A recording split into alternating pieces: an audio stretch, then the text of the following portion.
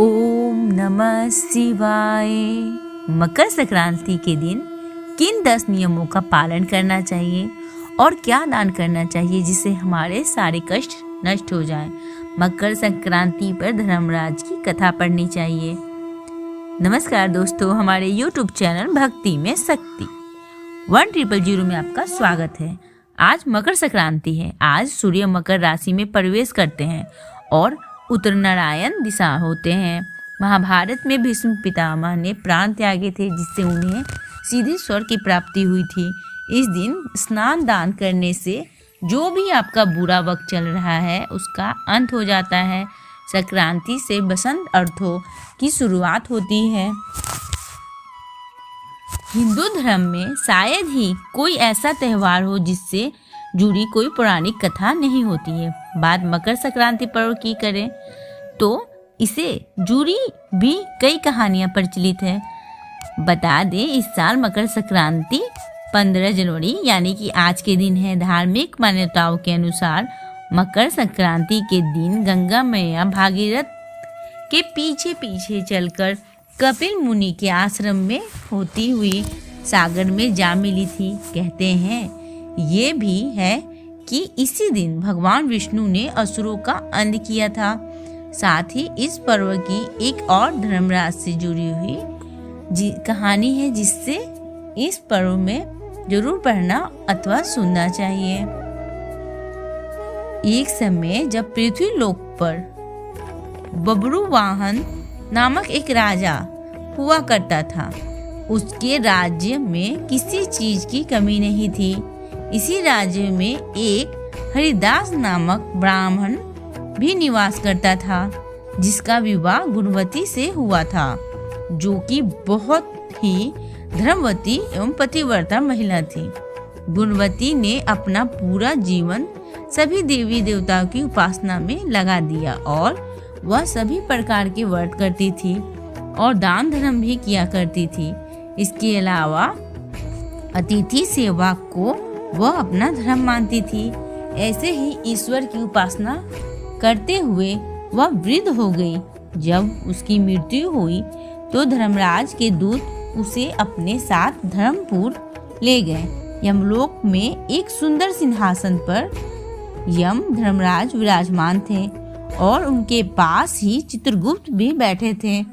चित्रगुप्त जब धर्मराज को प्राणियों का लेखा जोखा सुना रहे थे, तभी यमदूत गुणवती को लेकर पहुंचे। गुणवती यमराज को देखकर थोड़ी भयभीत हुई और मुंह नीचे करके खड़ी हो गई।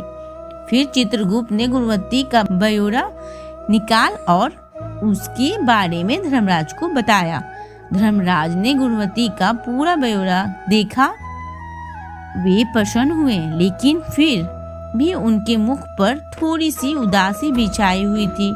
यह देखकर गुणवती ने पूछा कि हे प्रभु, मैंने तो अपने जीवन काल में सारे सत्कर्म किए हैं, फिर भी आपके मुख पर उदासी छाई है। इसका कारण क्या है प्रभु? मुझसे क्या भूल हुई है?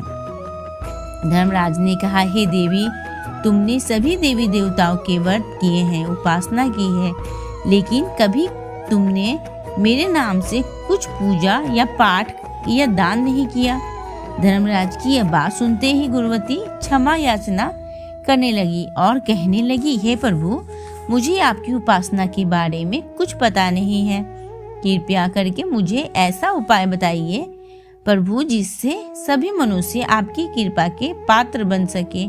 मैं आपके मुख से आपकी भक्ति का मार्ग सुनना चाहती हूँ और मेरी कामना है कि मृत्यु लोक पर वापस जाकर मैं आपकी भक्ति करूं और सभी लोगों को इस बारे में बताऊं। धर्मराज ने बताया, जिस दिन सूर्यदेव उत्तर नारायण में प्रवेश करते हैं यानी मकर संक्रांति के दिन मेरी पूजा शुरू करनी चाहिए और उस दिन से लेकर पूरे 1 साल तक मेरी पूजा करते हुए ये कथा सुननी चाहिए। साथ ही मेरी पूजा करने वाले व्यक्ति को धर्म के इन 10 नियमों का पालन अवश्य करना चाहिए।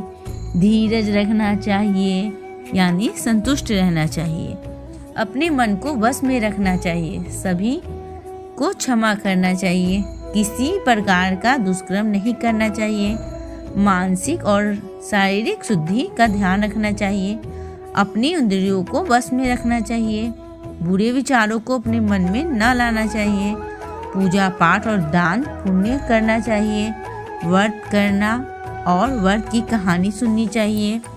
सच बोलना और सभी से अच्छा और सच्चा व्यवहार करना चाहिए। क्रोध न करना चाहिए। धर्म के इन सभी लक्षणों का पालन करते हुए 1 साल तक मेरी कथा नियमों से सुने, दान्यपूर्ण और परोपकार के काम करें और अगली मकर संक्रांति पर इस व्रत का उद्यापन करें। इससे के बाद मेरी एक मूर्ति बनाकर विधि विधान से प्राण प्रतिष्ठा करवाकर हवन पूजन करें और साथ चित्रगुप्त की भी पूजा करें और काले तिल के लड्डू का भोग लगाएं। इसके बाद ब्राह्मण भोज करवाएं और बांस की कटोरी में 5 सेर अनाज का दान करें। साथ ही किसी जरूरतमंद को गद्दा, तकिया, कंबल, लोटा और वस्त्र आदि का दान करें। संभव हो तो गौदान करें। धर्मराज से व्रत की पूरा कथा सुनकर गुणवती ने पुनः धर्मराज से प्रार्थना की कि हे प्रभु, मुझे फिर से मृत्यु लोक में जाने दीजिए, जिससे मैं आपका व्रत कर सकूं, साथ ही इस व्रत का प्रचार भी लोगों से कर सकूं। इस पर यमराज ने गुणवती को धरती लोक पर फिर से जाने दिया। धरती पर वापस आकर गुणवती ने धर्मराज द्वारा बनाए गए व्रत के बारे में अपने पतिदेव को बताया। मकर संक्रांति आते ही गुणवती और उसके पति ने ये व्रत शुरू कर दिया।